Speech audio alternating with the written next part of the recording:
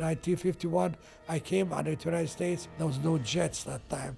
And so I came on a boat. Were you scared? We came through tough times, Habibi, really tough times, to make ourselves a little bit better than we were before we came to this country. A school teacher asked me, what church do you belong to? I couldn't believe it. And here I'm only 15, 16 years old. I didn't have a place to pray. We start saving money from 1975 to 1988. And then I was asked to take a charge of the task. Sometimes the people make you move. We had a fundraising dinner. We were able to raise $3,350,000. Bestow some wisdom on me. What are like some things that you feel is important to tell the younger generation? Whatever you do, don't forget where you came from. Don't feel that you are better than anybody. Don't be too proud. Don't be selfish. Does loss become easier as you get older? When you lost your wife, 67 years of marriage, you lost your daughter. When you lose those, they're hard to replace. A lot of people find it hard to keep a marriage. How do you get to 67 years of a successful marriage? You could never feel wrong if you treat him or treat her right. That I love you, I need you, I'm proud of you. In what way do you want people to remember you after you're gone? That's a very good question. That is...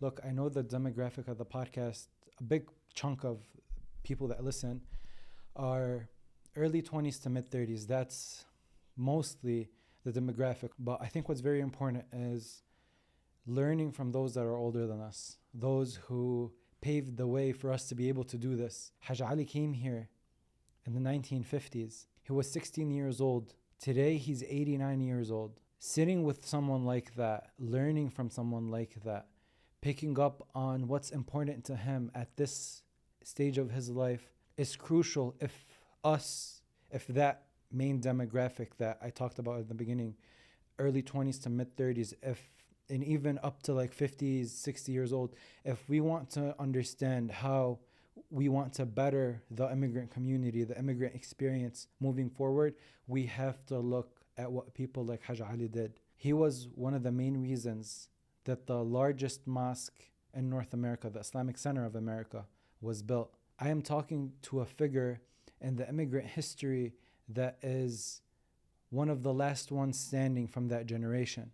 The people that built the communities that we love, this is one of the last people that is here to tell the story. So stay tuned till the end. There is so much to learn from him. Subscribe to the podcast if you haven't yet. Like this video if you like what you hear. And now, let's get the show started. Welcome aboard Middle East Airlines. والمتوجهة إلى طيران الشرق الأوسط يرحب مدينة القدس العربية. Haj Ali, نعم حبيبي. how are you? I'm fine, alhamdulillah. Haj, I start this always with you introducing yourself. But I like when someone introduces themselves, like when they look in the mirror, like who do you see when you look in the mirror? And what's that to you? Memories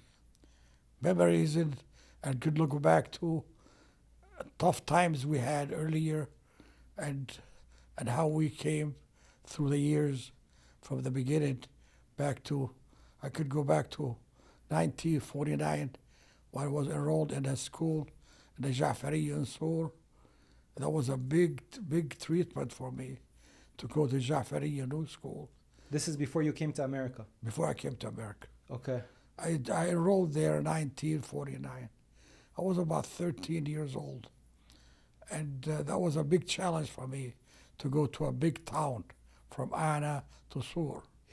Sur was like a muhafada, you know. Mm-hmm. And it was a big challenge for me. And there was to stay there as a boarding school, they call it. You stay in the school all the time. You sleep there. You play. You go to classes. You don't go back home? No back home. Okay. No back home. Why did you go to that school? That was a school created by Sayyid Jaafar Sharaf al-Din. He went to African countries and asked the people there to see how we could do to help the children who were in Lebanon to learn and be well educated. And this is supposed to be private school, run by a religious teacher, and his father was Sayyid Abdul Hassan Sharaf al-Din. He was like a marja. And there was a big event to be part of that school. And at that time I enrolled, and I was in, compared it to fourth grade, and then I went to the fifth grade, and I became, I got a, what do you call it, they call it in different stages, certificate, brevet, and baccalaureate. Okay, I got to the certificate, and at that time I was 15 years old. That's like elementary school. Elementary school, yes. Right? Elementary school. And elementary school, it's a big, like a big step. You feel like you accomplished something. Right. You know? Because those days, Habibi, that they didn't have, our parents or our community didn't have much of a opportunity for higher education. They were struggling. Your And parents. Not only my parents, the entire area, you know, they didn't have that big success. Start to after the World War II, and then Lebanon was just becoming on their own after the independence from France government, then they became independent. So what I'm talking about is that the country was reborn, like, you know, and of course during those times I was going every year go to report to the American embassy in Beirut to let them know I'm here, and that because my father had us registered at the embassy as American born abroad. Okay. And we were registered as American citizen. You weren't born in Lebanon? I was born in Lebanon, Okay. but I was registered as an American citizen at the embassy before, because my father was American citizen Okay. in the United States. He came in 1905, and he served in the army, and he wanted to make sure that our children, the children are American citizen. So when I was notified, I was told that we should report or consider coming to America at the age of 60, before the age of 16. So you could learn the English language and to get adjusted into the American way of life. And this is what year? That was in 1951. Wow. So 1951, I came out of the United States, and those days there was no airplanes flying direct to America. Was a lot of them was a propeller, and there was no jets that time, and so I came on a boat. really? I came on a boat, and then that being on a boat, 15 years old, don't speak English, a few words in French, and very limited situation to live with. But it's a very special it's a very special experience. Like, you're 15 years old, you're on this boat in the middle of the ocean, you're going to America. Like, what's your idea of America when you're 15 years old? Of course, you know, those days, Habibi, that when you say America, that was a big, like you go to a land of paradise. Okay. Well, just like, you know, it's something we never imagined being great as it is. So America was a big deal back then. Yes, yeah, big deal. Yes. Okay. Anything that came from America was big name. Whatever it's at. If it's a pen, if it's a cigarette, if it's a candy bar, whatever it was a big thing. And what were you thinking on that boat? Like, what were you dreaming of doing in America? Or did you have like that vision forward at that time? I have very limitations what I could do, but I was imagining things that I could be in a new world that could be more opportunities, where I could pick up more education, more knowledge about life. Haj, you're older than Israel, right? I came when Israeli invaded Palestine. I was 13 years old. Wow. I was 13 years old So your parents probably went to Palestine before and it was عادي. No, we didn't go to Palestine. You didn't? My father was in the United States. Okay. When I was born in 1935, my father came to the United States to come back. And those days, Habibi, they used to make a trip to their country, back to the country, an average about every 10 years. Because the income-wise was very limited. They used to make $1 or $2 a day. Wow. Days. And if somebody saved $4,000 or $5,000, and that was during that period of 10 years or 12 years, whatever it is, he go see his family because their families were behind. I'll give you an example. My older brother, was born 1926. I was born 1935. My younger brother, Asif Hisni, was born 1945. Wow. So Hajj, that trip from Lebanon to America on boat, how long does that take? It took 18 days. 18 days. 18 days. And I was not in the upper areas. I was in the lower areas. They really put me on a boat to be safe that we would be arriving to America. Were you alone or with I your was mom? all alone. So no mom, no No siblings? mother, no father with me at all. And happened to be in a boat where there were some people with compassionate and friendly. They tried to help me. Were you scared?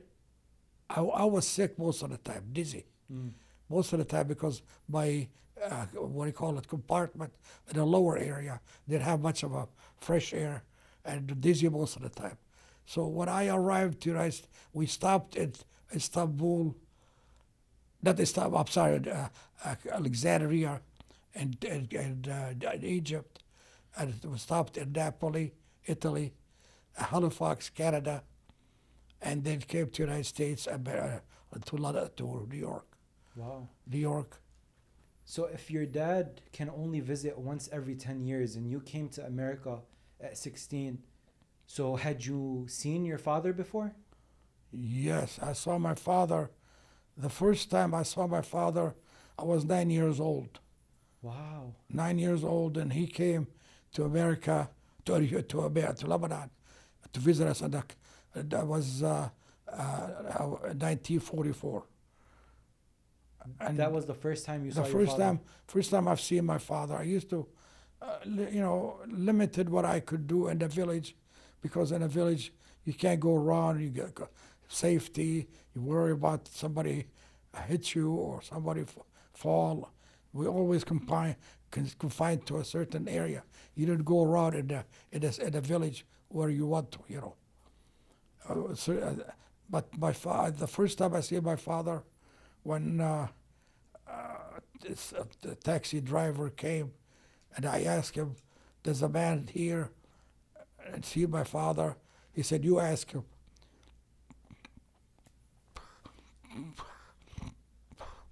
I'm sorry. It's okay. And he said to me, "You ask him." Then I asked him, and he hugged me. He said, "I'm sorry, I can't help it." It's okay. He said, "Are you Ali?" Yes. Then he hugged me. I'm sorry, Habib. It's okay. I get my emotion get the best of me, wallah. It's okay. Yeah, so anyway, to come back to the trip here, when I arrived to the United States, there was someone supposed to meet me at the airport, at the seaport, and send me on a train from New York to Detroit. Of course, unfortunately, by the time I got through immigration, and the guy that helped me to find me, met me at the seaport, took me to the train station, was too late, the train already left.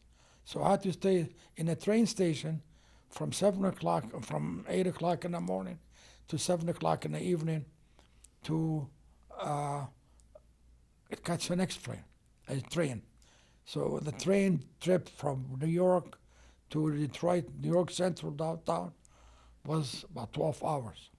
That's a very long trip. Yeah, well, no choice. I want to make sure that I don't get lost. The guy that met me is a travel agent, and he was able to put me on a train. But during the time when I was in the train station, I was like a lost person. I was afraid to go outside, might get lost.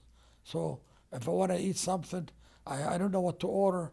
So I see somebody order something. I said, give me something like that one, you know. I had a limited amount of money with me, about $35. And at that time, when you could order something from the counter, $1.25, you know, the most. And this is my start. And Why did you come alone? why did I come alone? I was gonna come with my mother. I could show you the passport. With my mother, and my mother couldn't make it. My father was gonna try to have me and my mother and my sister. So somehow it did not work out. So I had to come because the American embassy wanted us to come to America before the age of 16. Okay. So they could learn the language and learn the American way of life.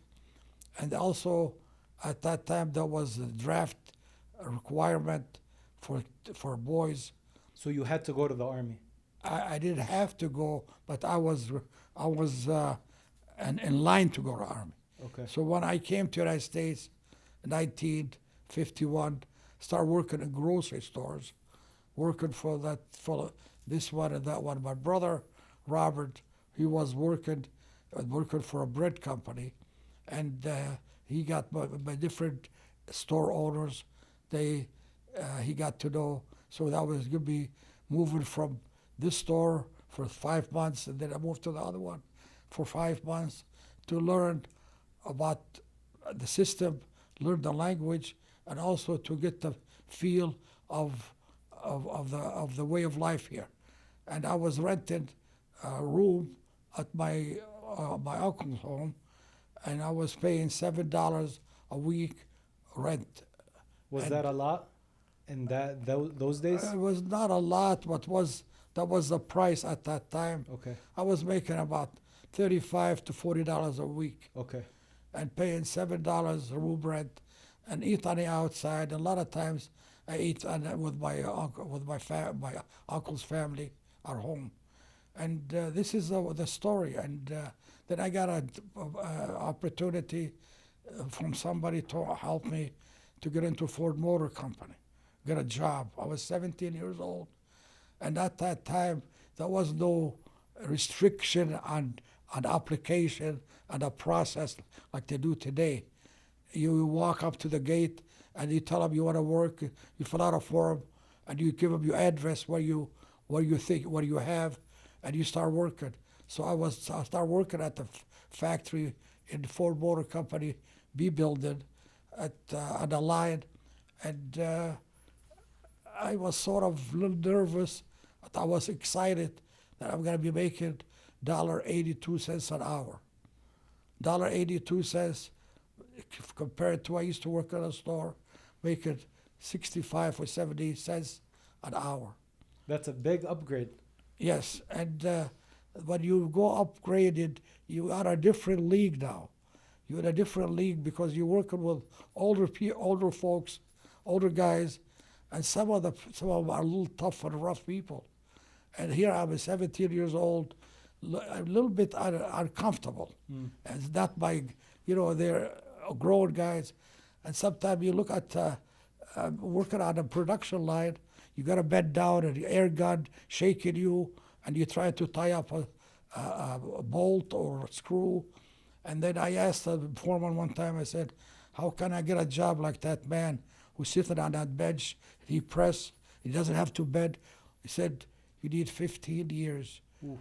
I said to myself, I need 15 years so I could move from this to there, 15 years of seniority, And I sort of felt uncomfortable there. At the guys who helped me get in that job, they asked me, I was asking, I didn't feel like, I don't feel right here, because even my lunch, I could not enjoy it. I could find it because I make my lunch, and some people took my lunch that nobody wanted to claim. We didn't have no lockers. You put it in a box. So anyway, I So wanted people would eat your lunch? yes, and then I wanted to leave, and they told me, "Don't leave. Don't be silly. To leave, you wait till you get your union card after 90 days." So I quit. I worked for 90 days. I got my union card, and I did quit. What does the union card do? The union card help you become a union member. Then you start paying membership so much a month, like $5 or $8 a month at that time, you know. And I just didn't feel comfortable there working at that atmosphere. So I had a friend who helped me get a job working for a trucking company, truck transport company, and Dixon Lario, and they named Samhat. And he said to me, I could get a job. I know the owner. I know this.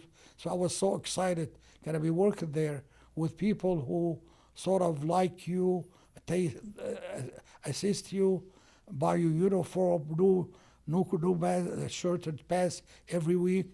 And my name, I had my name on my shirt. I felt like a newborn person. You know what I mean? You feel like a big deal. But I was making 182 at Ford, at the trucking company 152.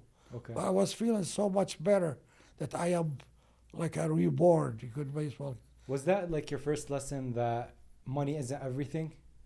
It's not the idea of not everything, but what happened is that you learn to be with people who respect you and give you attention and treat you as one of them.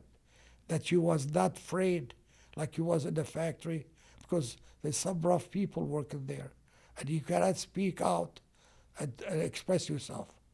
You feel like you're in a confined area. For 8 hours, you can't move. When the trucking company, I used to go pick up parts, work with the guys, park the trucks.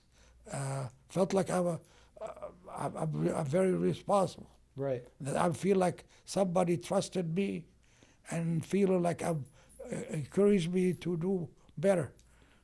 Where was your father during this time? My father was at that time.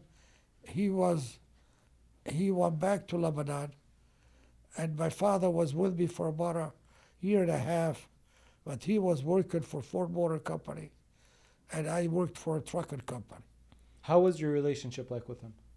My father he tried to show me that I should be more responsible and face the world and be dependent on myself, because a lot of times he used to tell me when he came to America, he was 17 years old, and he had to work in railroad stations, railroad cars in LaPorte, Indiana, and Hammond, Indiana area, and then he worked also. He was in the United States Army during the World War One, and this is a big experience I've had.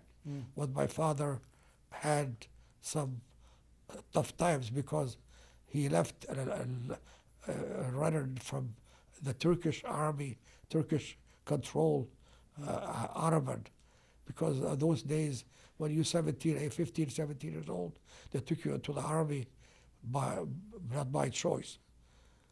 They used to grab them and take them, and they call it, that time they call it Safar Berlik, you know. Okay. So you don't have a choice back then.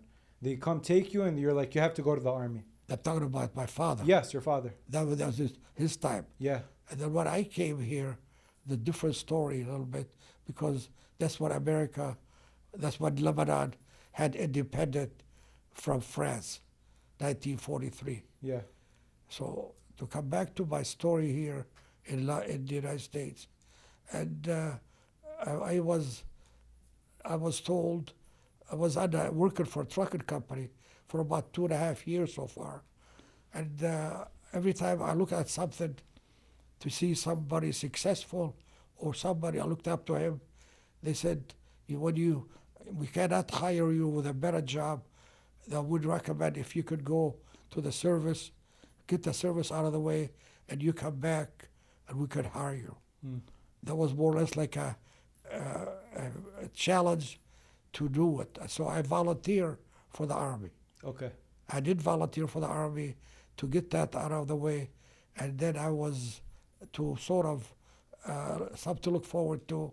So I'm gonna have to be with a honorable discharge from the United States Army, so I could give you a better job with different companies Right. or different opportunities. Sure. No. Okay.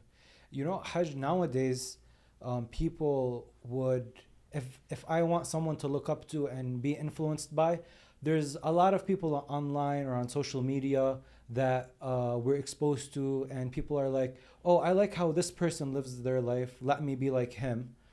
But I'm curious to back then, in your times, how would you find people to look up to? Because I think that's important, right? You need someone to look at and be like, okay, I want to try to be like this person.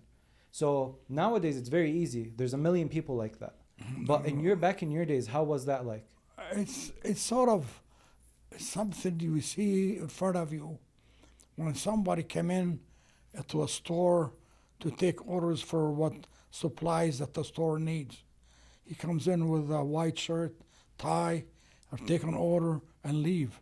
To me, it was impressive to do that. I didn't have that opportunity, and I wanted to be somebody. I don't want to be a clerk all my life. I don't want to be, what do you want to call it? I want to be like the good one. You don't want to be average. I don't want to be average. You know, they're always saying, sometimes you learn from other people, that you say that in this life there's three kind of people. Those who make things happen, and those who watch things happen, and those who wonder what's happening. Our people at that time didn't have the opportunity. They did not have it. They used to come here and work in the factory. They used to, if anybody have a little bit of energy, open up a grocery store. Our people struggled. They really did. You wanted to break that. I didn't want to break it. I just wanted to be like the others who I see it, the Greeks, the Italians, the Polish. Every time we had something, we look up to them because they came from Europe or from different countries, and they came here with an intention to be successful, and they bought properties, they bought homes, they bought business. Our people were when they came here, they were in mind to go back to their village, to buy a piece of property or to see their families. They had a tough time. Why does that make you emotional?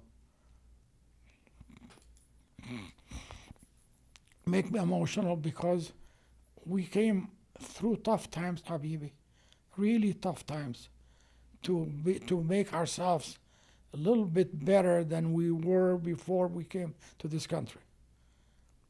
And our people were close. They were always close. They were always caring for each other. And when I went to school in Salina School, a school teacher asked me, "What church do you belong to?" I couldn't believe it. She asked me that question, the teacher. And here I'm only 15, 16 years old. I didn't have a place to pray. We didn't have a place to go to. We did not have any mosque to go to except a little hall, a basement on decks. We used to share with the community, and with the Reverend, the Sheikh Al-Alim come in on certain day and lecture for Friday or Sunday for 1 hour or so. We didn't have no places like we have today. Like, where did you used to pray, like at Eid, or where did you guys do funerals? Funerals were done at the funeral home. Okay. Was what we had at that time. That was one funeral home on Schaefer called McFarland Funeral Home. Okay. And we had another one called Santo Funeral Home. Used to be on Tireman at that time. Then they moved to Garden City.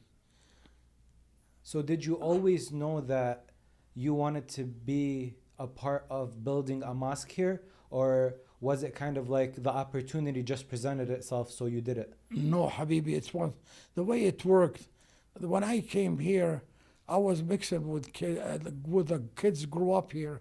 They wanted to play football. They wanted to dance. They wanted to race cars. They wanted to do things, and I didn't have the means to do those. I could speak well. They used to look at me like a DP, they call me. Okay? And I felt like I'm inadequate for dancing or play football. I don't know how to play football. And I wanted to work so I could pay for my room. I wanted to be, I couldn't depend on anybody. I had to depend on myself. You wanted to be a person that makes things happen. I couldn't visualize that time. I was watching things happening. I didn't have the energy or the knowledge I'm going to go into that creating things. I was trying to learn, and that's why I volunteered for the Army. When I came out of the Army, I before I went to the Army, I knew Wanda from a school, my wife. I knew her from a school, and I went to her parents and asked for her hand if I could be writing to her or call her when I'm in the service. The father said, no, we don't have that kind of stories here. If you care for her, she cares for you, then we could get the sheikh to make the arrangements for the kitab now. So that was done in May of 1955 when I went to the service. And my wife stayed with her parents while I was in the Army, and I served in the Army for 2 years, and I came out, and that was my beginning of new career. The people I grew up with, the people I was socializing with, they wanted someone to California, some to different direction. That was the beginning where I started to see something happening in the community. We have a new sheikh in the community. His name is Sheikh Muhammad Jawad Shirri.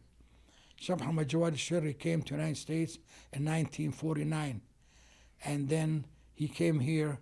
He was asked to join our community with the deputy, well known in America, in Lebanon, Haj Ali Showing. And so he came here and started to look at the community. They were either too old or too young. The too old, you cannot tell them anything. They know everything. And the young one, they don't know nothing.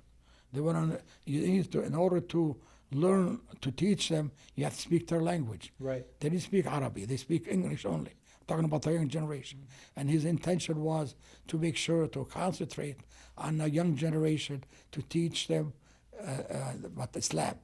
That was one of the biggest challenge. So he started having Sunday school classes at the Hashimi Hall we had on Dix, at the Highland Park on Victor Street. So he goes on Victor Street, does a lecture there in the morning. They come to the Islamic Center, to Victor Street, Hashimi Hall, and in the late afternoon. And he did that, and then they start to meet some new people, young generation, young adults, a little older than me, and sort of start to follow them, to learn from them. And most of them were at least 7, 8 years older than me at that time. And I want to be with them because of the friends I grew with. They're a different. After coming out of the service, they look different to me. Why? They look because they wanted to play, they wanted to dance, and they wanted to show off and have a good time. And I want to make something of myself. Here I'm married now, and I have to find me a house to live in, and I want to find something that I could be different, more responsibility.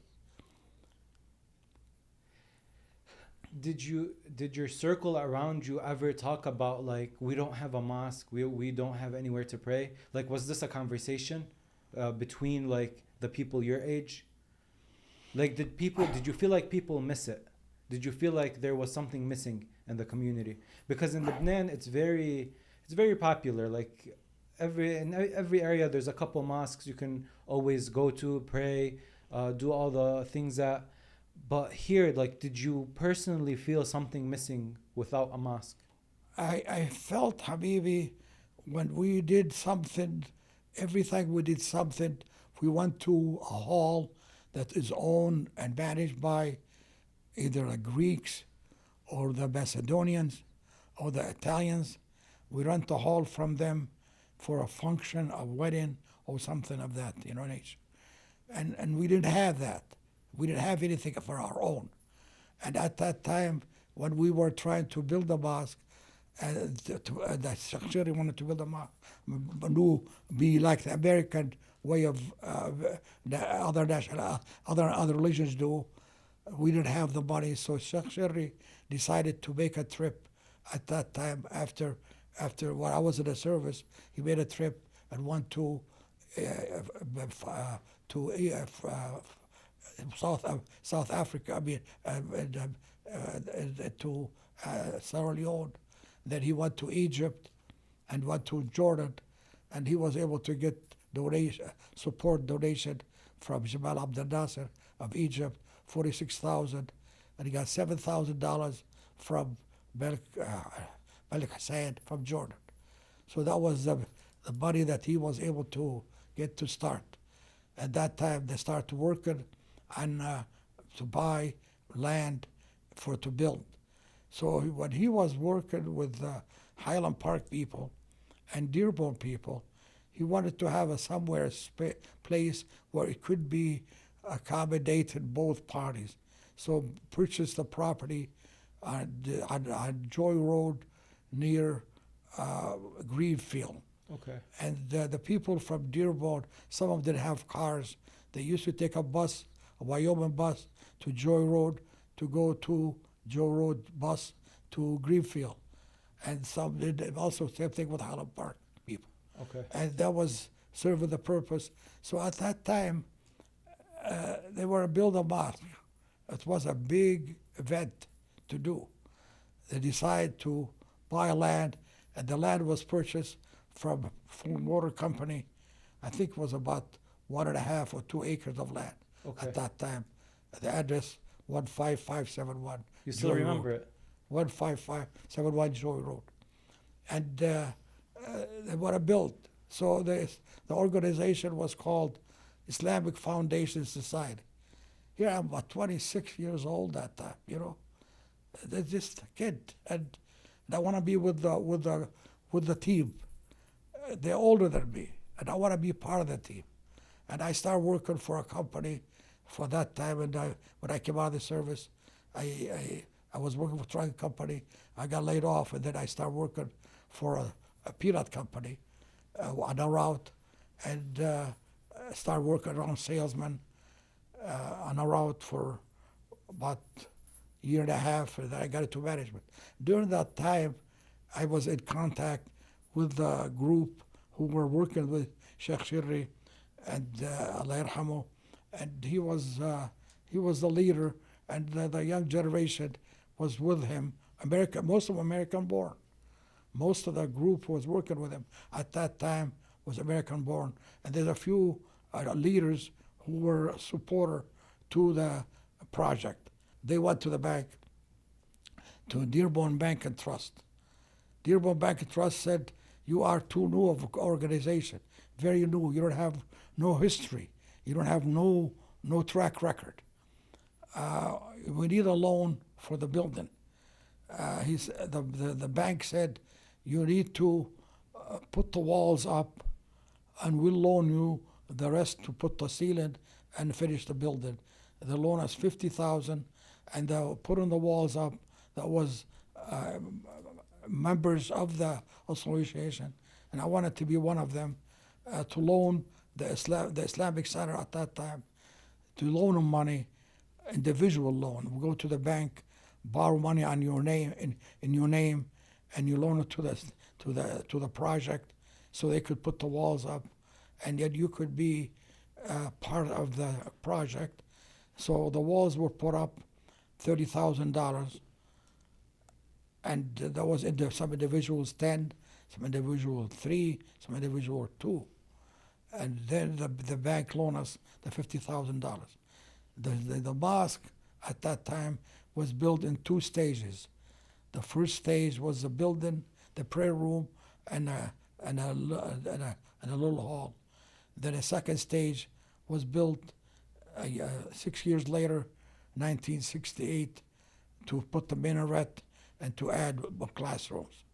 That was where we started working with the Islamic Center, and I felt like a reborn person working with a job on a route salesman, working for peanuts, and then wearing a white shirt and tie, and I got a place to go to for prayer.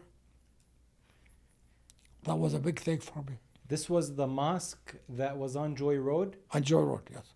Okay, and then how do you transition that mosque to the big one, the Islamic Center, the biggest mosque in North America?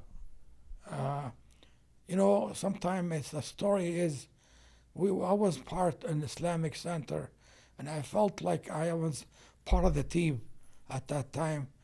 I have 3 kids. I wanted to learn about the faith so bad, because a lot of my friends left to other areas. Some of them I'd never been able to touch with them.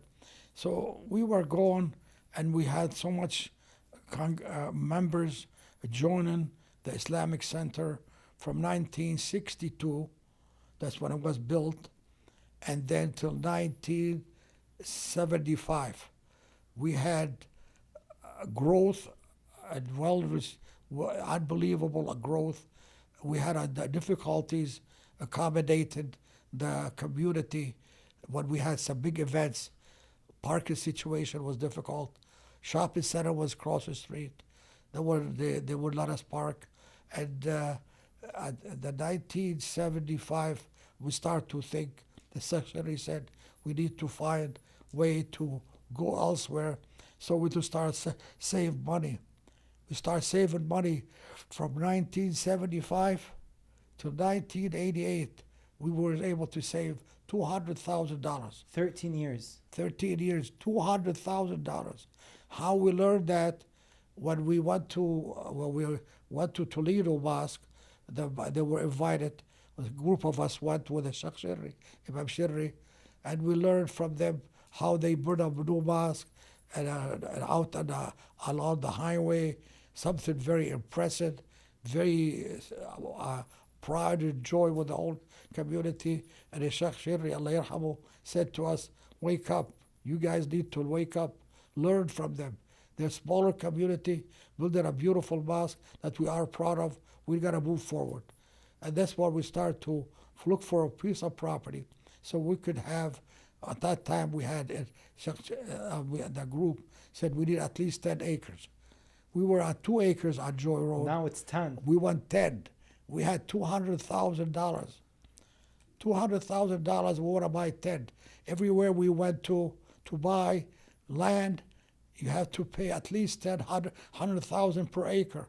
Along Oakwood in 94, 275 in 94, Haggerty and Ford Road was the 275, at least $100,000 per acre cash. And we didn't have it. We were just like, you want something, but you could not do it. Yeah. And then I was asked to take a charge of the task, and we used to every other week or so we go look at the property. We used to get a van with 16 passengers, run it, take all the board members with Sheikh Nuri, and to look at this and look at that. And I was in a peanut business then, so I give them some peanuts and candies to enjoy what we look at. And we couldn't do it, so we had to make a decision to find something. So we went out to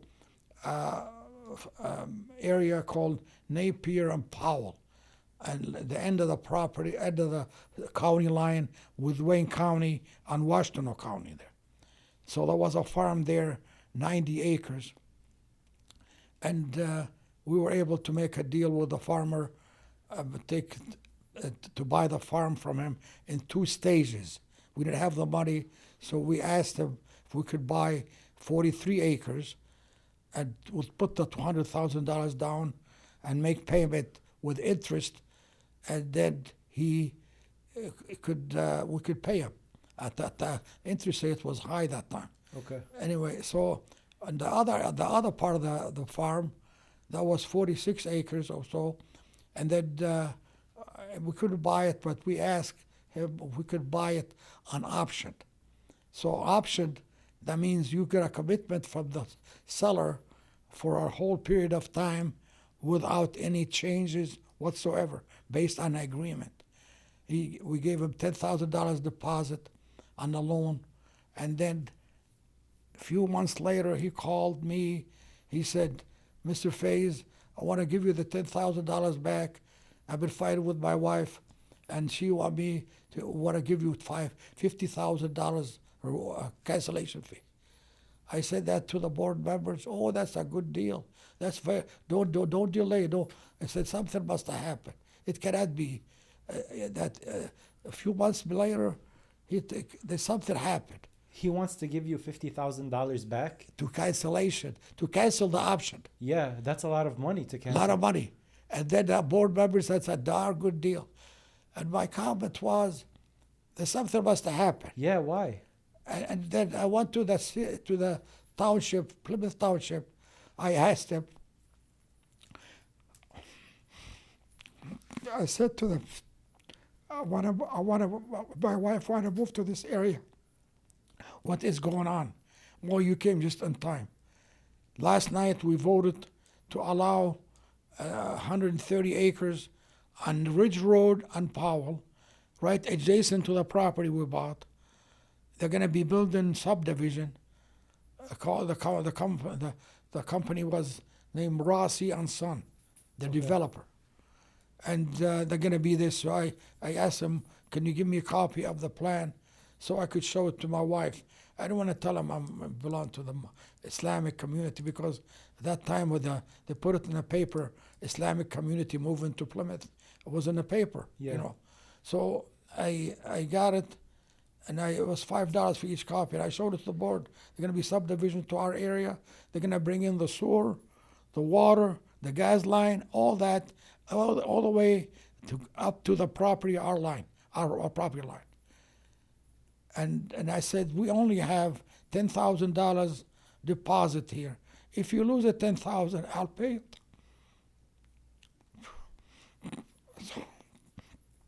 So anyway, that was a story that we had, Habibi, and they end up getting better and better. We're taking the community out on a bus to show them what we have. We have farm that we leasing to this man. But I didn't understand why they wanted to give you $50,000 for the cancellation. Why doesn't he just return your deposit? Well, they could not return the deposit, Habib, because we commitment on his part. He cannot sell that property or do anything with that property Okay, so for he the had period already of 1 signed. year. For Okay. 1 year. Okay. So he wanted to cancel that, but he learned that there going to be subdivision coming right adjacent to his farm. The value went up. Right. Those days, when they were with that property before farmland development, when you build a home, you have to build it on your own septic tank, septic field, and then water, well water. You know, so in order to do that, you have to have more land. Okay. And to my understanding at that time, in order to build a home, you have to have at least 2 acres or 2.5 acres of land. So limitations, how much? When you have a subdivision with the sewers and water, now we're in a different game. That the situation become to where you could have as much as 5 homes per acre. So they tell you, we don't want you to do your project here. Here's the $10,000 deposit back plus $50,000. You're not going to do it in Plymouth, correct? No. The farmer, the Plymouth city did not have that to do with it. Okay. The farmer, the one we bought the property from, on an option, he's the one wanted to give us the money, not the city. No. Okay. City didn't have nothing to do with it. Yes, no. the farmer wanted to give you the money back. The money, because he knew at that time that his property is going to be worth a lot more. We Yes. bought the property from him for $11,000 an acre, $11,000 an acre. When there's any improvement in land, gas and line, sewer and all that, it improves tremendously the value. So that's what he wanted to do. Okay. So we went to the group and agreed that to stay with our plan to continue, make an effort to buy the 46 acres that we still have option on. So we did. And we start having fundraising dinners and having people movement in the community, large commitment from some individuals to pay more than normal. But that's far, no? That land is far? It was far, but you have to accept M14 that Napier, after that, 2 miles or 3 miles after that, that was a cemetery we were already using, United Memorial Garden on Curtis Road in Plymouth Township. So you were already going there to bury the community members. Yes, sir. So you said that would be the center next to the cemetery. And the plan we had, Habibi, that we had a big plan that time to have a mosque, school, playground, subdivision, where we could have our own people living nearby and have their families close by, So that was our plan. And then what happened is we were doing that with intention to do it, but then we learned about in 1994. We bought the land in 1988 Okay. for 11,000, and we were planned to do something there. Then in 1994, the project on Ford Road, where the YMCA became available. So we made a deal with them to buy their YMCA 10 acres, and then to make it to buy a price. So they had the gym there, and then we made to take over the school. We established a school in 1996, 97. That was our first move, that the community decided to have a school before building a mosque. Okay. So we started to work on a school, and that was the first enrollment of Islamic school for the Islamic Center. They call it YMA. And with the enrollment beginning was 49 children. So you still had the property in Plymouth? Or you canceled that and then you went to Ford Road? No. When we started to look at the Islamic Center, the YMCA, we went to a bank, NBD, National Bank of Detroit. National Bank of Detroit, YMCA requested from us a price of $2,150,000 on demand between 94 and 96.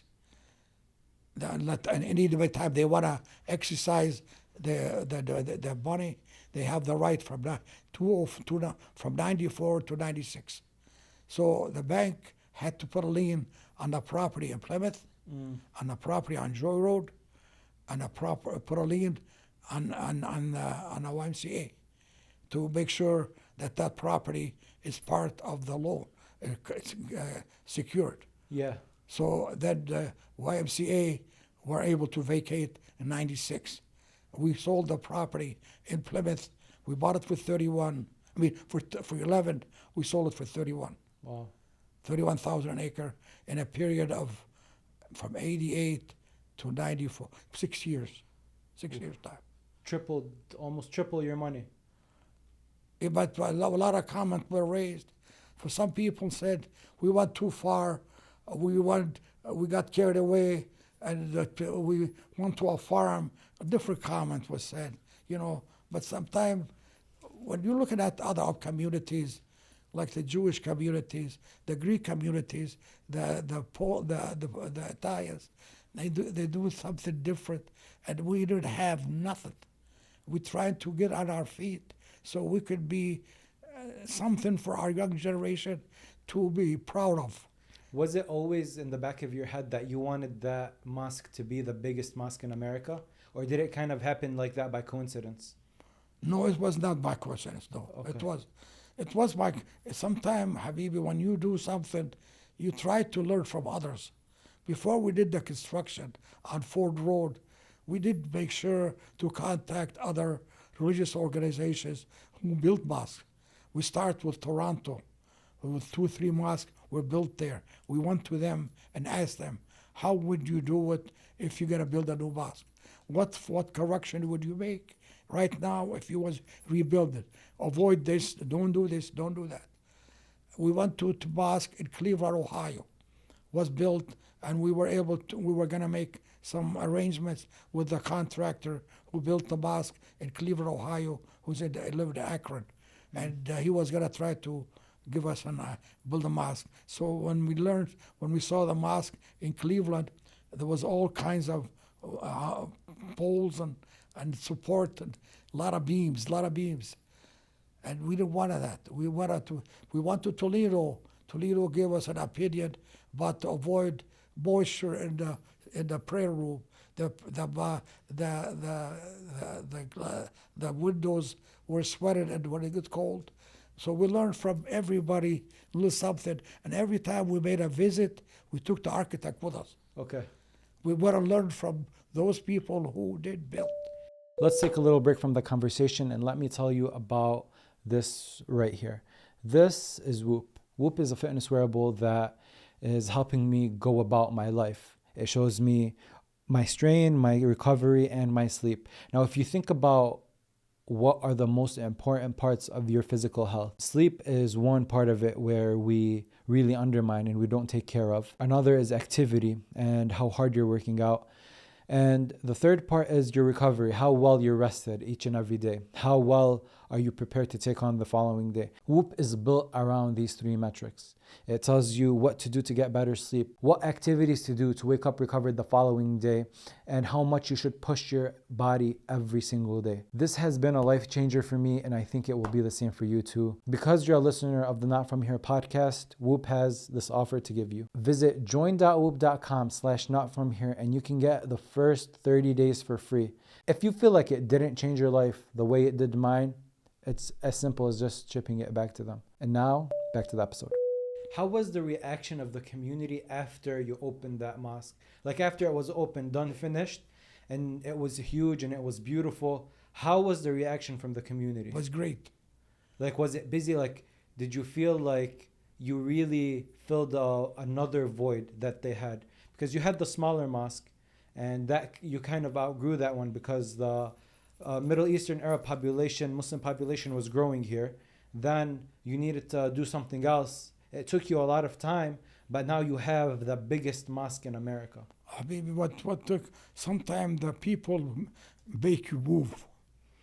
When you ask somebody for a donation of $200 or $500 donation, and you ask him, here's what we have. We were here, we moved into this one here, and here's the plan for the new one. The plan for the new one, we need to accommodate our situation, more prayer room area where the ladies could pray up on the second floor.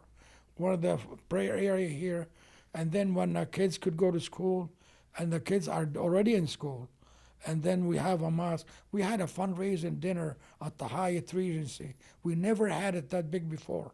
We were able to raise $3,350,000. 750,000 was cash. Wow. 750 was cash, and the others were pledges. Otherwise, you commit yourself to $5,000 donation, you pay $150, $130, $30 a month. You didn't have the money, but you made a payment. We were able to collect a donation monthly on the pledges of over $25,000 a month. That must felt very good for you, that people were willing to support you like that. Support the vision. Not support me, support the vision. Support us, the center for. Yes. Because we were looking at something then to be like the others, learn from the others, and where we are, we join the big team. We're no more. We were like in a minor league. Now we're in a major league. We joined the churches Saint Sarkis at one side, Armenian, very successful with the senior citizen, with a school. Then Saint Clement Church on our west. This is what the church where my village was family came from. And then on the other churches, I mean, and then the Saint Thomas Church on the corner, Evergreen and Ford Road. So we were with the major league now. Yeah. We felt like we are really great. We were able to have adequate parking spaces with up to 115,000 square feet building. Because that's the heart of the Muslim community. You need a mosque, and you need some, especially in this area because it's mostly populated by Muslims. You need something at the heart of it like that, because that adds to the culture, adds to the experience. It's a very important need. Like, you can't imagine being a Muslim and not having anywhere to go pray on Eid or whenever you feel like it, or in the middle of, like you need some place like that. And I was always thinking, after I knew what you did and how much involved you were, I was thinking about you in the sense of, before that mosque was built, that place, that piece of land, for the most part, was empty. It wasn't busy. Now, I wanted to ask you, when you go on Eid and you see people are fighting to get in, parking space is like, it's so full. You know, you see like when someone passes away, how many people, like what kind of traffic jam that mosque makes for us to go in and celebrate or be sad. I just wonder, in your eyes, how does that look to you? Well, that to me, a great honor and pride and joy. Because the reason I'm saying that, Habibi, our people in general, they're good people. They are given. They are willing to support if something is showing results. The school is doing good. The prayer room is becoming good. There's some question from time to time, why this, why that, but in general, in most cases, they are genuinely good. They're responsive. We used to say the word, show me, you could count on me. And we did show them. We showed them everything, and we used to give them a report, what money came in, what the money was spent for, and how it was spent. As far as finance, no question. As far as follow through, they're coming through. And so what happened is, you could see the results when the grandparents was working in a factory for $72 a week. 4 kids. Today the kids are educated. Today the kids are, their kids is becoming educated. So I mean, you could see the fruit of the labor that the grandparents did pay off good results. Because I've seen some homes where they had 5 children, and every one of them is professional. Right. Doctors, lawyers, nurse, or whatever, professional. The father was making $72 or $75 a week when he was working in a factory in 1970 or 75. We came a long ways in the past 50 years, Habib. A lot. A very long way. Yes. How was the reaction of the non-Muslim community to the building of that mosque? Because you also had, like, this was very new. Like, a project that big wasn't common back in those days. So how did, like, the non-Muslim community react to that mosque? Habibi, when you are good with the people around you, the people respond to you. Okay. The people around us, and our neighbor of the mosque on Alta Road, they were very responsive, very supportive. They really did. And a good example, when we do have some big function at the Islamic Center, 19,500 Ford Road, we didn't have enough room. We have 780 parking spots with lines. We use St. Sarkis parking lot, St. Clement parking lot, to accommodate our needs. That's besides some of the people park on the grass. Yeah. So what I'm saying is the people, our neighbor, are very, very good, are very supportive and very, very friendly. We didn't have no problem with other faiths at all. They have, anytime we have had some question or some gathering, we always include them. Yes. They include us. Okay, that situation, Habibi. And most people, when you treat them good, they respond and take care of you well, regardless of their faith, regardless of where they come from. That's very true. Haj, there's one thing that I kind of still don't understand when it comes to our mosques, and maybe you're a very good person to ask that, is up till now, even after it's been a very long time since the mosque opened, and we're very strong in this community, and we're the biggest Arab community maybe in the United States, but still our people, when they come from Lebanon, a lot of them go to churches to learn English.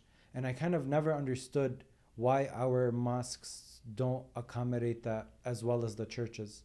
Because I have a coworker that came recently from Lebanon, and he has to learn English. He goes to the church. My friend's father came from Lebanon. He needed to learn English. He went to the church.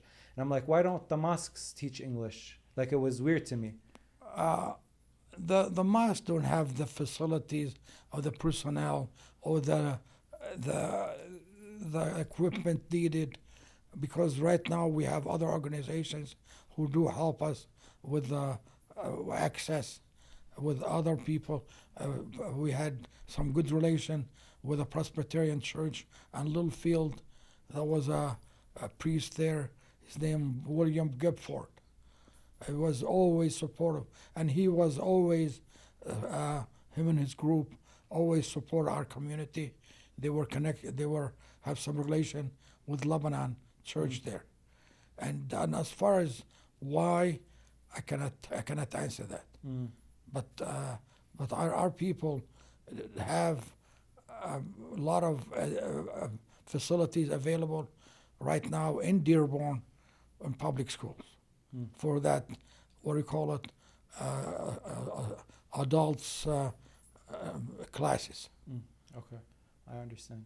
And we've been very fortunate with Dearborn schools to have classes, and we have what we call it bilingual classes, and they do it very accommodate different people. Okay. Haj, when I look at you, I see so much wisdom and experience. You're someone that has, like we said, like you've outlived the lifespan of some countries. It's something like very unique. People don't get to sit and have conversations like this with a person like you very often. I think I'm very lucky. I'm very honored to be able to speak with you.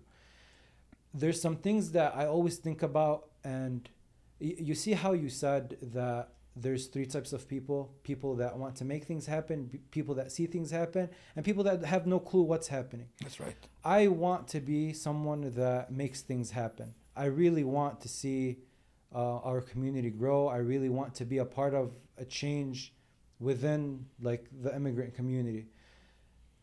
But I also still have some curiosity to me at my later stages in life. Like, one of the things is dealing with loss. I still have, alhamdulillah, both my parents. I haven't lost siblings. I've lost family members here and there, and it was difficult. But I want to see, like, from your perspective, does losing people get easier? Because we talked a little bit before we started that you're one of the only standing people left from like that generation. We talked a little bit about your dad, and I just want to know, and I also know that you lost your wife. Like, does loss become easier as you get older? No, Habibi. When you lost your wife of 67 years of marriage, you lost your daughter who was very close to you. You lost some of the friends who were like brothers to you that you always socialized with, or you went fishing trips with them, or you did some things with them. you did on a trip or vacation.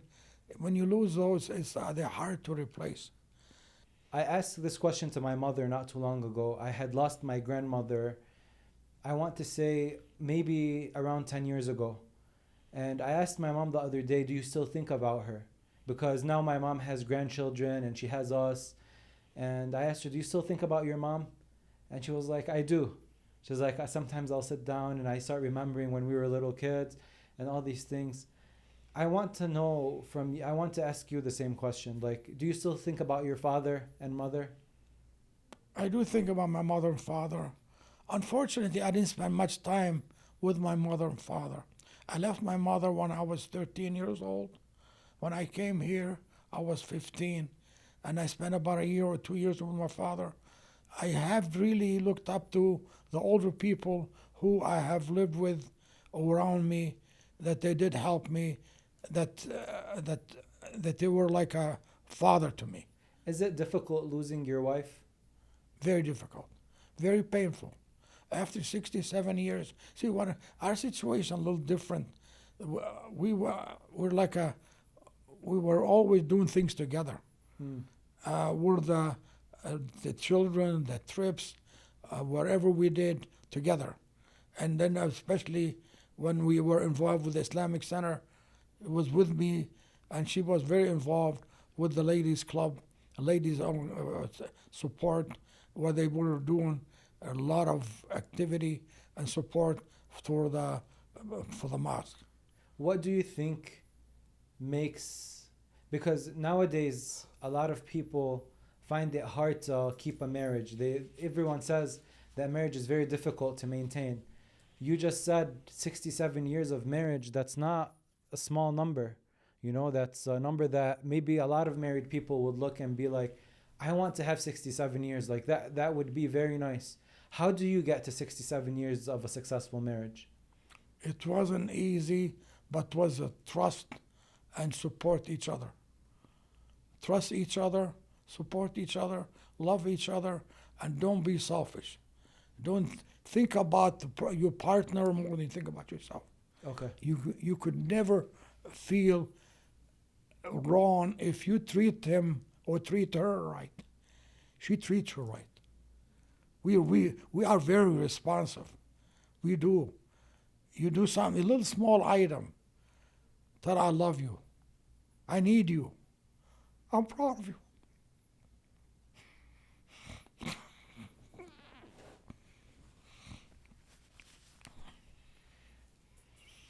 I promise this is the last question about loss, but is losing your wife different than losing your daughter? Is the pain different in any way? There's a weak link in your part of your body that you lose. Anywhere you turn, you would feel it. You cannot replace it. And then losing a daughter is also painful, especially when you have a daughter who was always with you, always around you, always loved you, always cared for you, never had an argument with you. And you just feel much more supportive and caring for that person. But as far as life, Habibi, in general, you get out of it what you put into it. You plant a sincere work, you plant sincere devotion, you will get results. Hard work. Hard work. You can't go wrong. You can't go wrong if you don't say you can't. You will succeed if you will put your effort into it. Just like an old saying, you get out of it what you put into it. Mm-hmm. You talk about like helping the younger generation. You were just talking about it, and I wonder, like, if I tell you, Haj, I want to learn from you, can you like bestow some wisdom on me? What are like some things that you feel is important to tell the younger generation? I tell the young generation, if I just got out of college, I just got a degree, whatever you do, don't forget where you came from. Don't feel that you are better than anybody. Don't be too proud. Don't be selfish. Think of your neighbor, think of your brother, think of your sister, think of the others around you more than you ever did. You will see love and respect and compassionate in return a lot more than you think. People want to be cared for. People want to be respected. Haj, did you visit Lebanon again, or like do you visit Lebanon still, or? Habibi, I visited Lebanon. I started going to Lebanon when I was in the army in Germany. I went there in '56. I was in a military outfit. I'm proud of myself, wearing a military clothes, being in walking on the street in Lebanon in 1956. After being here only 5 years, and then I went to Lebanon again '64. And I was going to Lebanon every 4 or 5 years. And then after '91, started going to Lebanon every year, and built a house in my village in Ma'ana. And after 50 years, I kept in touch with my people, with my relatives, with my friends. I never did disconnect with them. I had a friend who's right now in Lebanon. I used to send him $1 every time when I was a kid. I used to send him $1 in an envelope. He was feel like a big person, Yeah. And then he's in Lebanon right now. When I call him, we talk to him. He's not feeling too good. But I never did disconnect myself, or did completely divorce everybody. No, you said that you have to remember where you came from, especially for you. Can you talk to me a little bit about Majzarat Ana, like the massacre of Ana? It was a very famous moment in Lebanese history. And that's your daya, that's your village. Yes, sir. Do you remember? Yeah, I were you remember. aware? It happened 1996, and it happened also in 2006. Two attacks. One was about 123 people, and some of them were part of the villages. They felt that they are secured and protected in that with the United Nations personnel, and they bombed that area there. And then another one where, but in Kana in the year 2006 was very hardship to accept. Children and young kids being dismembered, and was hard to accept, and was very great loss. I think it's very different from your perspective, because that's like you were raised there up till you were 13, and so I feel like you looking at it from a distance, like you were here, right? Yes. When that happened, like you feel almost helpless. It's like when they hit Beirut yesterday. You feel helpless because, or I felt helpless because I'm from there, and it's like those are your people that are hurting, and you can't do anything about it. Habibi, it's hard to accept what the created. I hate to talk about politics. What the creation of Israel, the occupation of Palestine, how it happened. It's very painful. Started in 1948, and till now it's still going on. It's very, very painful situation. Haj, back to like you love helping the youth. If Haj Ali right now, you're 89 years old. Yes. You're 89 years old. You get to have a conversation with Ali Fayz at 16 years old when he first touched in New York, and you were sitting next to him on that train. What kind of conversation would you have with him, knowing what you know now? What I know now, I would tell him that you will have a great future. Work hard. Don't look back and feel sorry for yourself. Look at the people who are doing good and learn from them. Always ask the older people about their success. They like to work with you. There's nothing better than asking somebody for an opinion who is successful, and you are 10 years or 15 years younger than him. He would love to do that. He would like to share with you, because we always like to be recognized. When you're recognizing someone successful, he would like to share something with you. It's a human nature. How do you He knows that you're not gonna be in competition with him. He doesn't. He's not worried about that. How do you feel about the state of the immigrant community right now? Like when you look at how the kids are doing nowadays and how the 30 to 40-year-olds are doing and how the 20-year-olds are doing, like, do you feel like we're doing something wrong? That there are things that we have to fix? We always have something to improve, Habibi. But when you look in a general picture, when we used to go to a hospital and then an emergency, another Arab again. Today, when you go to a hospital, you have somebody there, you're a doctor or nurse, she's your cousin, or she's your friend, or she's your friend's daughter. It makes you feel so proud. Yeah. And then we have came a long ways from the where we were, where we went through, and where we are today. Right. You know, sometimes a person need to re-inventory himself to see, to check where you've been, where you are, and where you're going from here. To your point of where do you go from here, let's say God tells you, Haj Ali, you have 100 more years and you're healthy. What would you do in those 100 years? I don't know if I could live that long.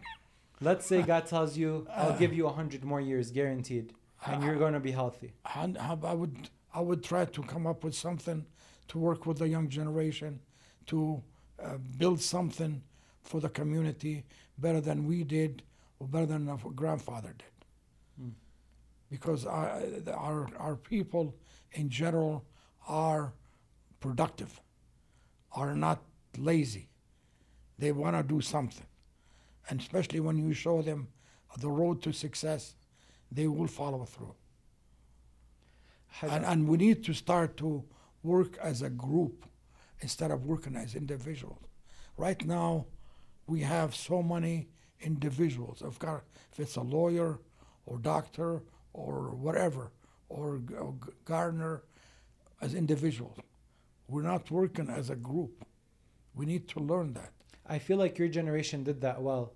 Like your generation worked in groups better than we work in groups, because you're absolutely right. I feel like nowadays it's one person has to do all the change, rather than before it was like, no, I'll get these couple people that I know are very good, very trustworthy, and we can do something together, and that they will all make a change, and then change becomes kind of easier when you have a team. But now we don't really think of it like that anymore, and I don't understand really why. I cannot answer that, Habib, because I'll tell you, but we need to always look at others who are successful to learn from them. We need to learn that. And as far as come back to the same repeat comment, we are making progress, but we need to learn and trust each other and support each other. Yeah. Instead of going to other people. Some other people, I don't want to mention the nationalities, they do support each other and they are successful and they continue, keep it to themselves. Right, and they're very successful. Yes, I don't want to mention the nationality, but it's something we can learn from. Yeah, absolutely. Because we came from something, we didn't have nothing. If you look at our history, we didn't have nothing. For 500 years or before that, we didn't have nothing.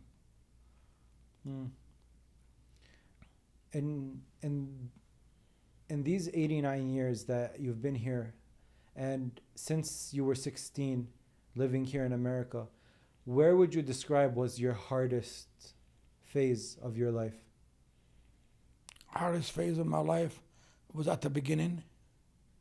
My trying to learn the language, learn the American way of life, separation of my friends who were left behind, my mother, my friends, and trying to adjust to a new life here. This is the hardest thing. When you're trying to adjust and you're trying to better yourself. Mm. You're making me kind of look back at when I came here 6 years ago. I would also describe that phase as the hardest phase because I was still thinking about my parents in Lebanon.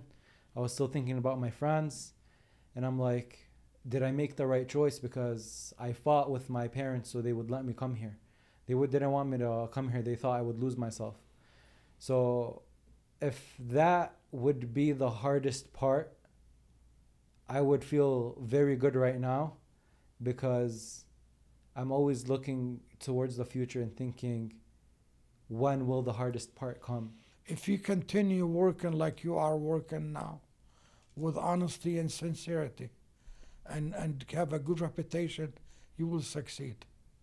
There's no way you cannot fail if you treat people right and continue working with people in an honest way.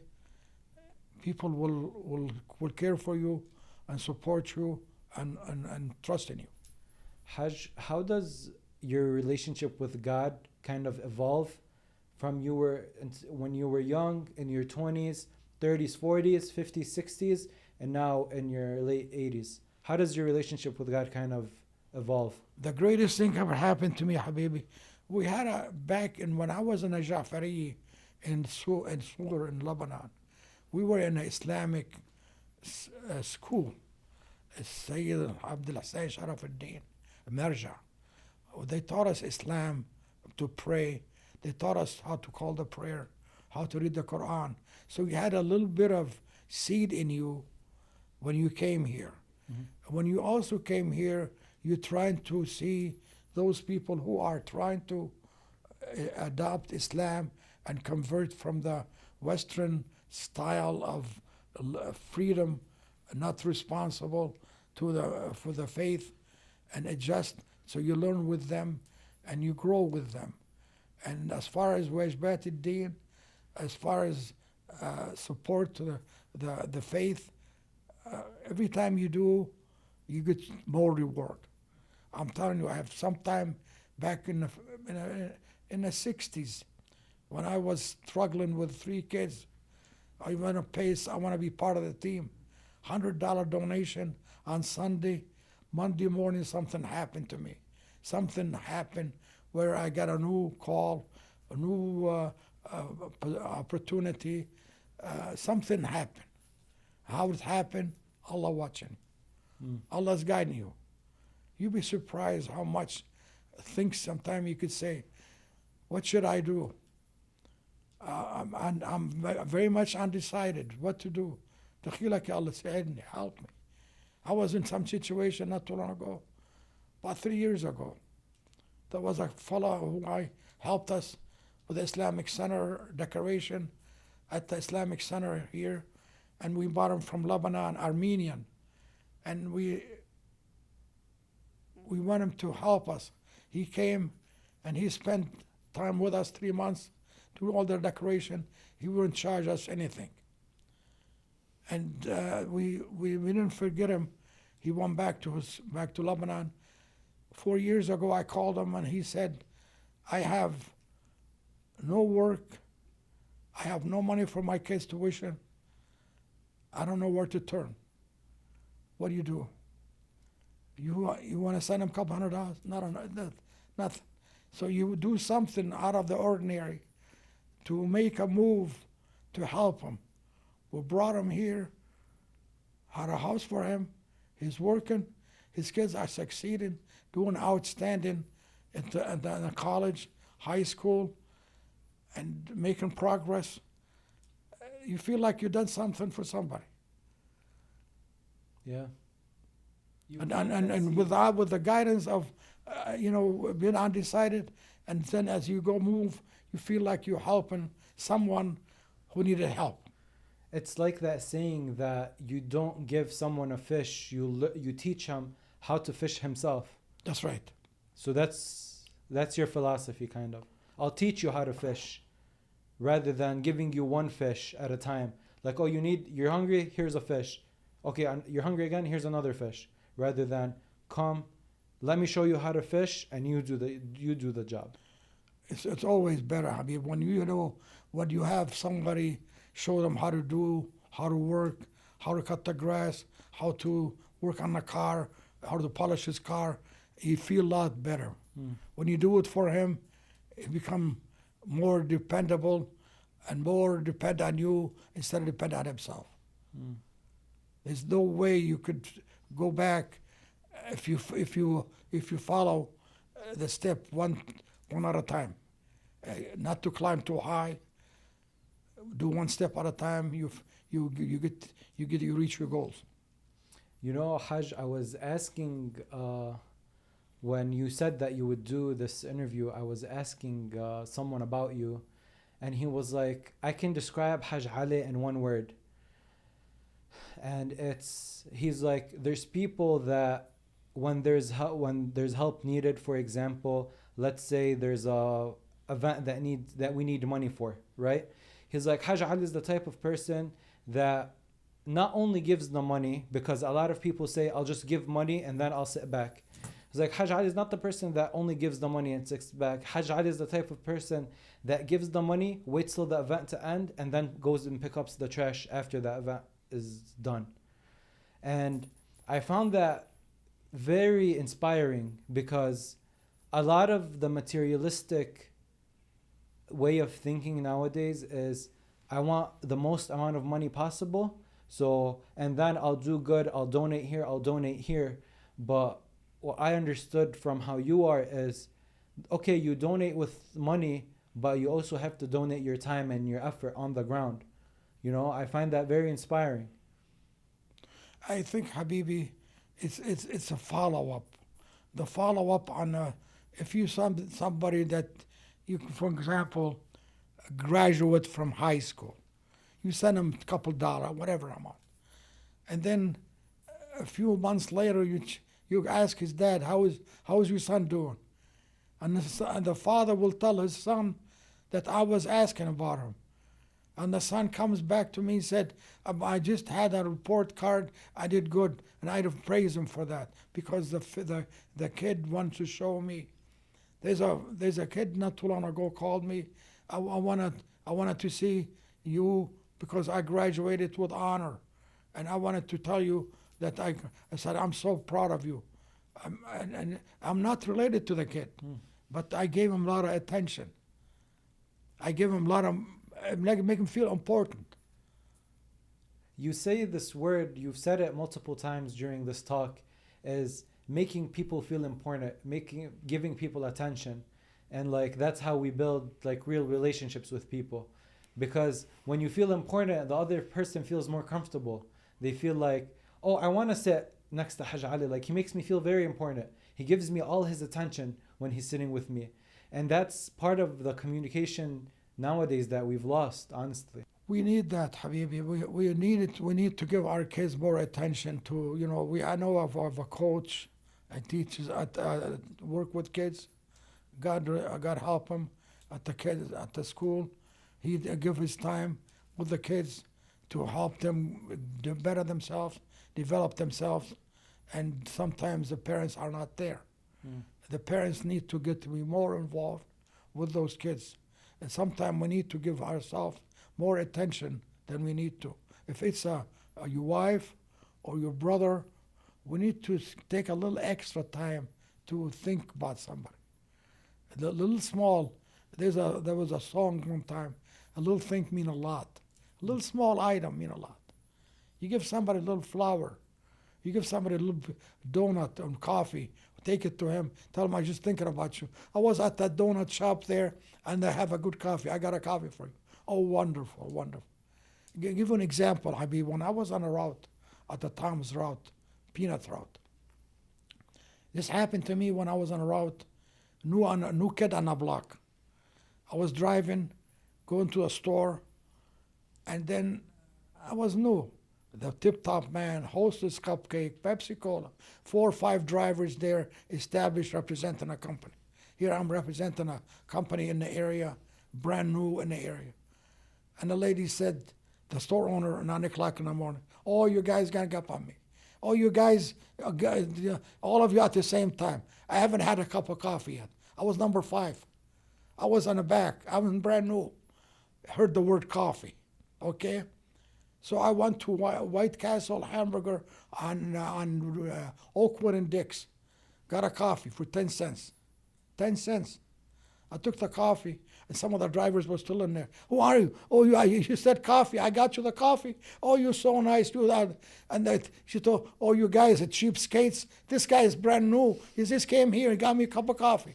Cup of coffee, you know. What do you have? What can I buy from you?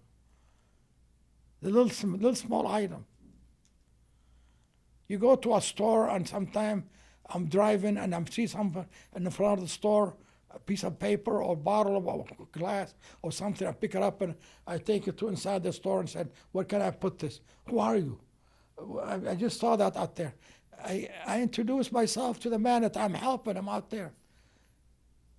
He didn't expect it. Yeah, A little small thing mean a lot. you're right. When you think about the end of your life, what kind of message do you like? In what way do you want people to remember you after you're gone? To remember me, well, just to remember me that I care for them, and I'm proud of them, and I wanted to make sure that they are successful, and not to forget where they came from. That's very important, not to forget where they came from. That's right, and not to forget their parents, not to forget their loved one. Keep in touch. It's in our religion, Habibi, in Salat al-Rahm.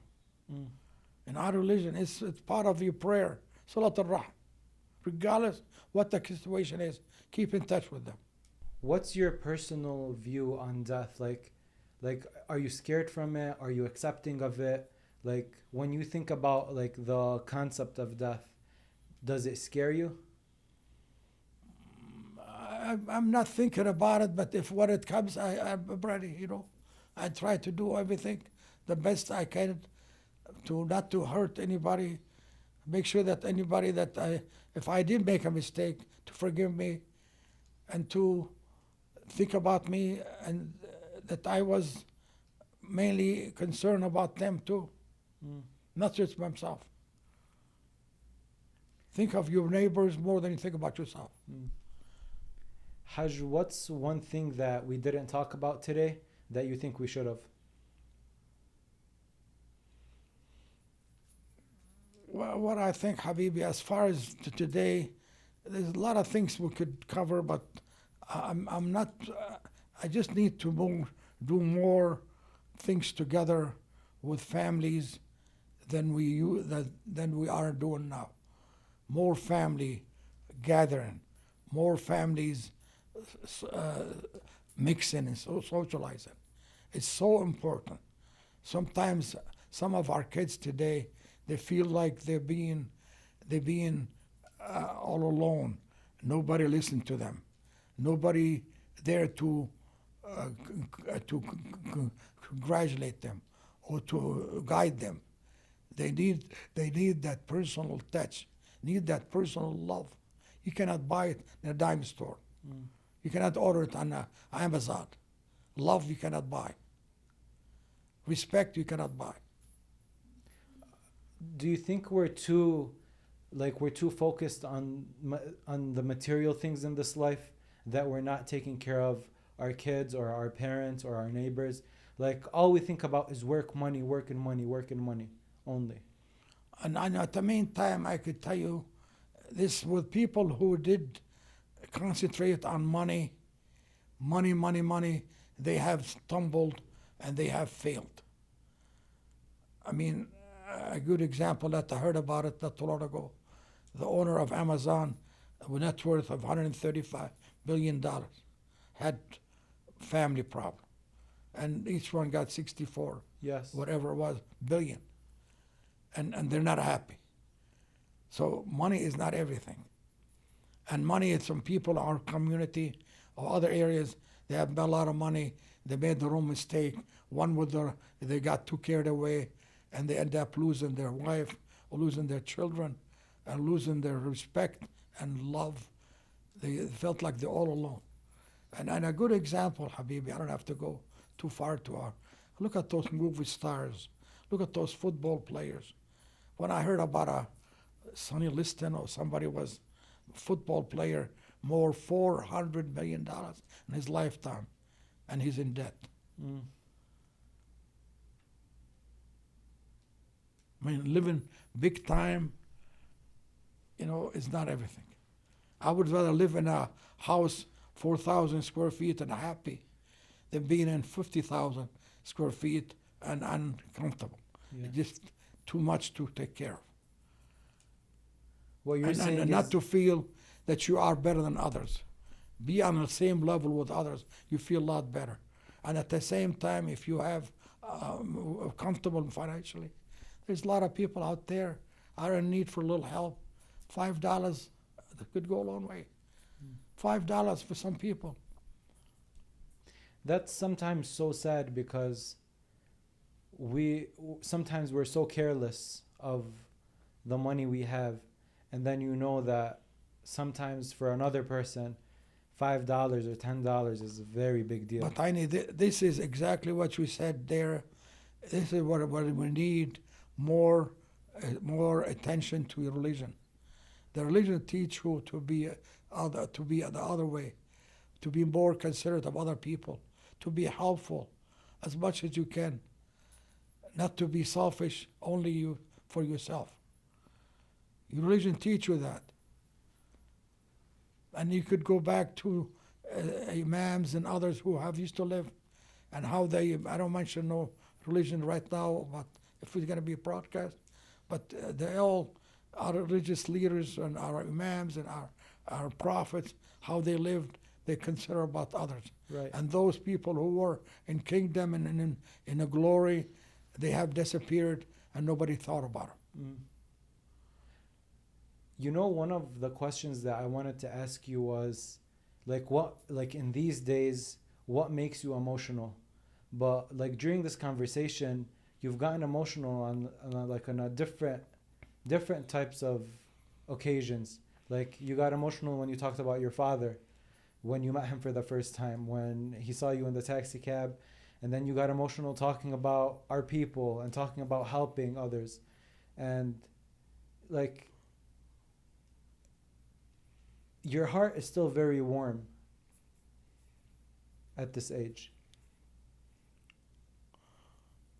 The reason I'm saying that, Habibi, I don't mean to be bragging. I've just been gifted. God help me to help others. God help me to guide others. God help me to share with others. The reason I'm saying that because right now with everybody around me, anything I can, I try to share with them, not to be selfish. I have a watch here, $150 watch, okay? I had watch, big number. I couldn't feel comfortable wearing it. Why? I don't want to show off. I still feel I'm nobody than anybody else. You want to give. I want to give. I want to share. But God been good to me, and I have comfortable. I don't want to be too flashy. A lot of ribbons and this and that. That's not. I feel uncomfortable. How do you feel what should we do in the next 50 to 100 years to make sure here in America we conserve our culture, we don't lose it? That's a very good question. That is to conserve your culture, to continue practicing your faith, and to keep a good example what we are living today. Living as a family ties. A good example living right here in Dearborn or Dearborn Heights. Why? Why the prices of homes in Dearborn Heights higher than they are in Garden City or in Taylor or other place? People want to be close. They want that comfortable feeling to being net family. It's been proven fact in psychological books, in healthy stories, hospitals, Mayo Clinic, Cleveland Clinic were promoted. Family strength mean a lot. When a children is raised, they have a grandmother, a grandfather, uncle around them. They feel secured. They feel proud. They feel like they give them strength. When you are living far away and away from everything and you're not supported, you are very lonely. You start to think sometimes negative instead of positive. And when you are close, you do share views and opinion with each other. You do support each other. You feel like you got strength. You feel like you got power. And this is the strength we could do to be more united and believer in what you have and thankful to what you have. Yeah. وَلَئِنْ شَكَرْتُمْ لَأَزِيدَنَّكُمْ. Yes. وَأَمَّا بِنِعْمَةِ رَبِّكَ فَحَدِّثْ. I'm sorry, Habibi. Wallah, sometimes I can't help it. I lose my emotion. Wallah. No, I love that about you, Haj. That means you're very honest, you're very pure. And I'm very happy that we sat and we had this conversation. Like, your story should be told. And more people have to know that you're one of these people that built the community that we all love and we all say like Dearborn's the best. You're one of those people, like we said before we started, you're one of the last people standing from that generation. This is very important for people to understand, that we enjoy our life here because there were people like you, Allah yarhamun, that put in a lot of work. Because they cared. Because they cared. And we should care too. We should care and we should be thankful and remember them. Because they struggled, they really went hard. We should never forget them. And I want to show you something why. Show me. This is this picture here. This is my sister. This is my brother. This is my brother. That's me. This is my mother. This is a picture of my mother. I'm gonna read. Can I see?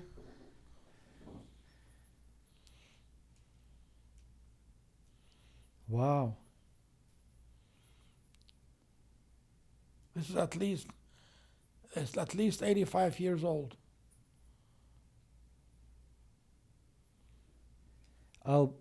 Can I take a picture of it and put it for everyone else to see? If you want to do it, there's nothing secret about it, Habib. When was the last time you saw your mother? 1951. That's the last time you saw her? That's the last time I saw her. So that's when you came to America. And almost. I told you that I came in 1951. Here's my passport. This is the passport? Yes.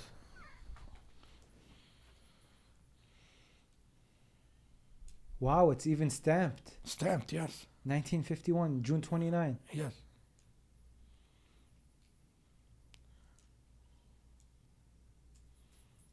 How come you never saw your mother after 1951? She didn't end up coming here again? No, I came here in 51, Habibi. My mother passed away. She was struggling. She was having medical problem. Oh. She passed away in 1954. Oh, very short. You were 19 years old? Yes. Okay. And you couldn't go back to her funeral? No. I was just a kid. It was difficult. I'm trying to. Losing her while she's here. How do you receive the news at that time that your mother passed away? Habibi, we didn't have the communication like we have today. Right. Yeah, sometimes it's a week old.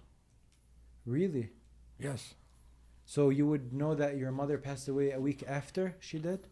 Well, we didn't have the phone calls. Right. You know? That's why Yes. I'm curious. Yes. Oh, wow. We didn't have the communication in those days like today. You used to send a letter, take about 2 months to get there. Yeah. Were you shocked? I was shocked. Sure, I was shocked. Because, like you said, we couldn't even talk to back home. So you left, and how does she know that you're here and that you arrived safely in the first place? Oh, she know that. Yeah, Okay. Yeah. She know that. She know that.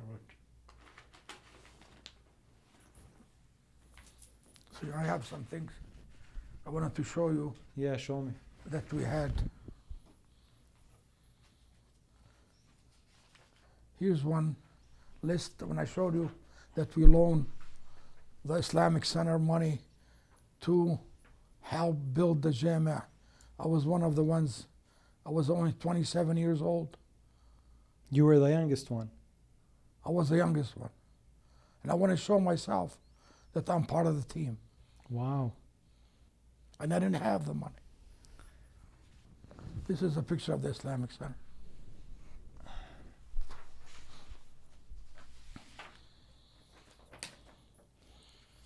This was before it was built or after? Like, was this one of the sketches before it was One built? of the rendering, yes. One of the renders.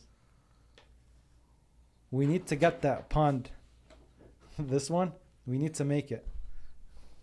That looks very nice, and it doesn't look too far off from the final product. It looks it looks very similar. Do you look at this stuff often? Some, yes.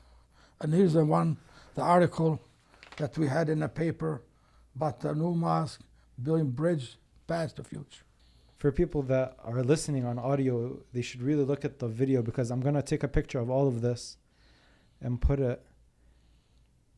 Like the headline said that this will put our community into the future. Yes. I don't mind taking it. Take it. No, I want to take a picture of it. Okay. And I'll put it in the final product. This was one of the first mosques built in America. I think it was in the top 10 oldest mosques in America. No, we had other mosques, Habibi, before this mosque. We had mosques in Michigan City, Cedar Rapids, Iowa, Right. different areas, yes. Correct. No, but our mosque was not the first one. It wasn't the first, but it was one of the first. There wasn't too many when the Islamic Center came. There was some before us. Yes. But I mean, we were one of the largest mosques in this area. Yes. Thank you, Haj. Again, it was a pleasure. It's a pleasure. Thank you so much. Thank you, Habib.